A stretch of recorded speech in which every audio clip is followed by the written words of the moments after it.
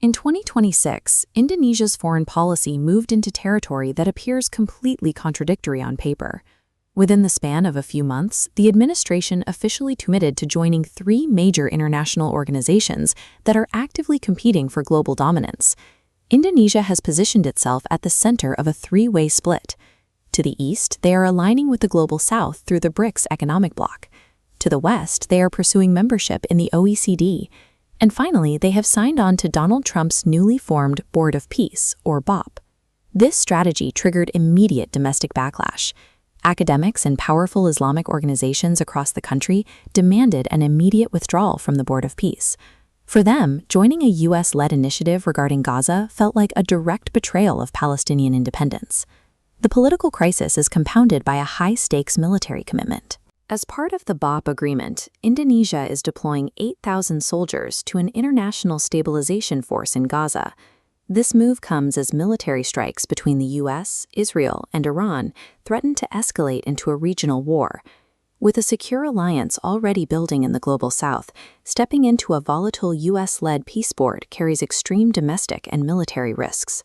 To understand why President Prabowo is willing to take them, we have to look at the numbers. Public anger centered on a massive financial rumor, headlines claiming that Indonesia was being forced to pay a $1 billion, or 16.7 trillion rupiah, entry fee just to join the Board of Peace.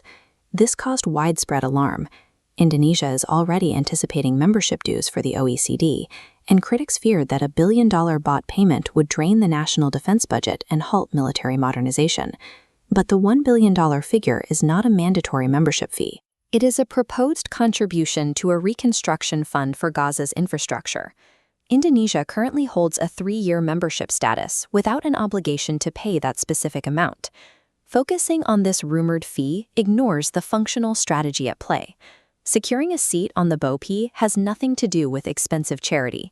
It is a calculated maneuver to protect the country's access to its most lucrative export market. The motive for joining the Board of Peace is found in U.S. trade policy. The American administration recently implemented aggressive America First tariffs, placing a 32% tax on global imports. By joining the BOP, Indonesia negotiated a trade deal dropping the 32% tariff barrier to 0 for key products. Projections show exports to the U.S. surging from 530 to 800 trillion rupiah. This revenue jump significantly outweighs the 16.7 trillion requested for Gaza. This economic upside is so significant that other nations are taking notice. Vietnam, which was not initially invited, has actively lobbied to join the Board of Peace purely to capture this same boost to their GDP. Exiting the BOP now would allow Washington to revoke the trade agreement.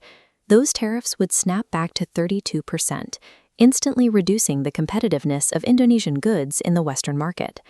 For the administration, staying in the controversial BOP is the only viable way to secure the country's export revenue against aggressive protectionism. Protecting Western exports is only half the plan. Indonesia simultaneously formalized its membership in the BRICS economic bloc, joining China, Russia, and India. This second alliance addresses a critical vulnerability in the global energy supply. The conflict between the U.S., Israel, and Iran has turned the Strait of Hormuz into a volatile choke point for oil and gas.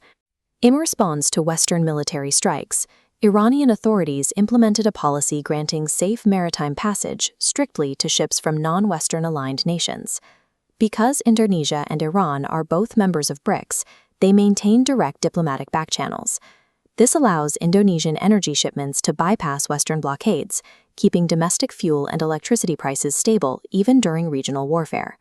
While the Board of Peace keeps Western markets open, the BRICS connection secures the energy required to fuel Indonesia's industrial growth. This leaves the question of Palestine. President Prabowo's administration argues that boycotting the Board of Peace would surrender Indonesia's only direct line to Washington's negotiating table. By staying inside the board, Indonesia can advocate for a 2-state solution in the rooms where regional policy is actually decided.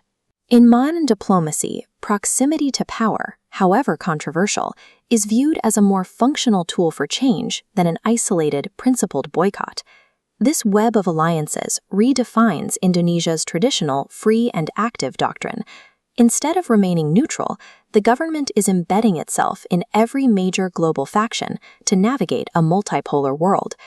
This aggressive multi-alignment serves one primary domestic goal, achieving 8% national GDP growth.